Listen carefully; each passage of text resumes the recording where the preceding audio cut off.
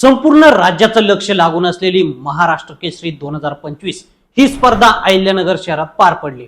मात्र या स्पर्धेचा निकाल लागण्यापूर्वी स्पर्धा अनेक वादग्रस्त कारणांमुळे चांगली चर्चेची ठरली।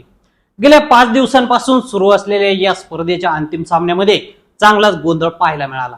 कुस्ती प्रेमींचं आणि प्रेक्षकांचं लक्ष लागून असलेल्या नांदेडचा डबल महाराष्ट्र केसरी शिवराज राक्षे विरुद्ध पुण्याचा पृथ्वीराज मोहोळ यांच्यामध्ये रंगलेल्या सामन्यामध्ये राक्षेचा पराभव झाला।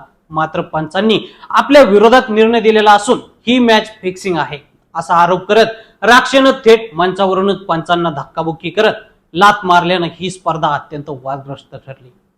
तर अंतिम सामन्यामध्ये महेंद्र गायकवाड विरुद्ध पृथ्वीराज मोहोळ यांच्यामध्ये सामना झाला, तर गायकवाड देखील मैदानातून निघून गेला आणि मोहोळ विजयी ठरला। मोहोळ हा जरी महाराष्ट्र केसरीचा मानकरी ठरला असला तरी शिवराज राक्षेकडून झालेली पंचांना मारहाण असो किंवा गायकवाडच्या सहकाऱ्यांनी घातलेला गोंधळ असो, यामुळे महाराष्ट्र केसरी कुस्ती स्पर्धा ही अत्यंत वादग्रस्त ठरली। अंतिम सामन्याच्या दिवशी नेमकं मैदानावर काय काय घडलं हेच आपण सविस्तर जाणून घेऊया। उपांत्य फेरीचा सामना हा डबल महाराष्ट्र केसरी असलेल्या नांदेडच्या शिवराज राक्षे विरुद्ध पुण्याच्या पृथ्वीराज मोहोळ यांच्यामध्ये झाला। प्रेक्षकांचं आणि कुस्तीप्रेमींचं लक्ष लागून असलेली ही लढत अत्यंत महत्वाची होती। पुढे लढत सुरू झाली आणि मोहोळनं टाकलेल्या डावामध्ये शिवराज हा खाली पडला, मात्र त्याची पूर्ण पाठ ही टेकलेली नसल्याचं व्हिडिओमध्ये स्पष्ट दिसत होतं। मात्र पंचांनी मोहोळला विजयी घोषित करून टाकलं आणि मोहोळ समर्थक मैदानावरतीच जल्लोष साजरा करू लागले। पंचांनी दिलेल्या या निर्णयावर तर राक्षेनं तिथंच आक्षेप घेतला आणि आपल्याला हा निर्णय मान्य नसल्याचं देखील म्हटलं। चुकीचा निर्णय दिला आणि रेफरी चुकीचे आहेत, मान्य नाहीये। आणि जर आम्हाला हार मान्य आहे तर ती स्पर्धेचा जर प्रतिस्पर्धेने डाव केला असेल तर प्रतिस्पर्धेचे जर दोन्ही खांदे जर टेकले असेल तर कुस्ती फॉल होती, पण माझे दोन्ही खांदे टेकले नाही, तुम्ही रिमूव्ह पाहू शकता। पंचांनी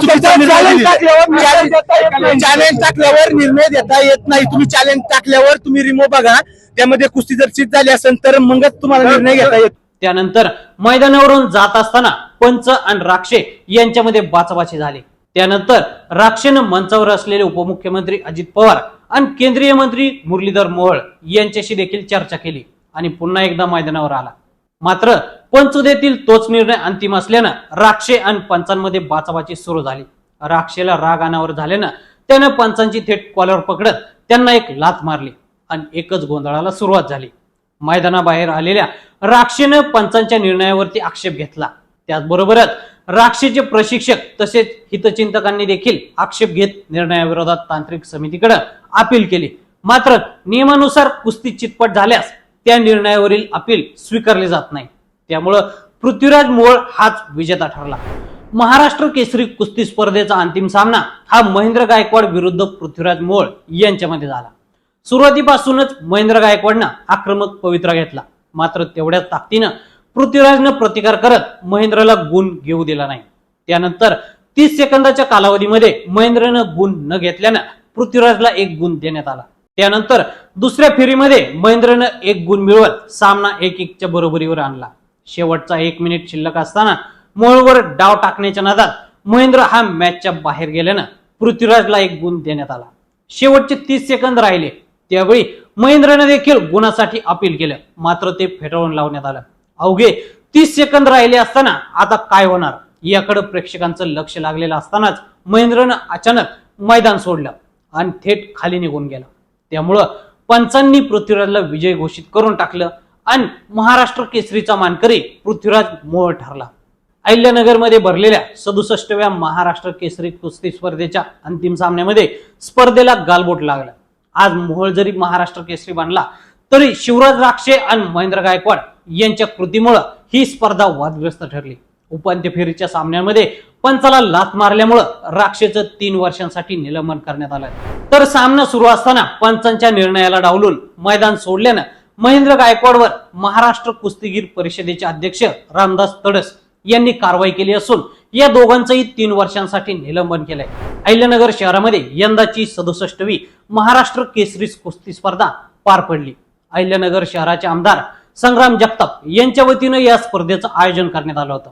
वादग्रस्त ठरलेल्या या स्पर्धेमध्ये उपांत्य फेरीच्या सामन्यामध्ये राक्षे विरुद्ध मोहोळ हा सामना महत्वाचा ठरला. या सामन्यात राक्षेचा पराभव झाला. मात्र हा निर्णय आपल्याला मान्य नाही, कारण आपले दोन्ही खांदे टेकलेले नसताना आपण पराभूत झालो असा निर्णय पंचांनी दिला. यावर राक्षेनं आक्षेप घेतला.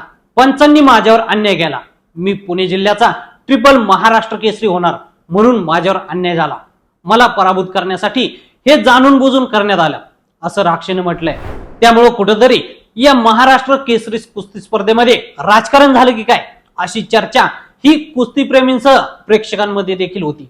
तर मंडळी, महाराष्ट्र केसरी कुस्ती स्पर्धेबद्दल तुम्हाला काय वाटतं आम्हाला कमेंट करून नक्की सांगा आणि असेच नवनवीन माहितीपूर्ण व्हिडिओ पाहण्यासाठी लेट्स अप मराठी फॉलो करा.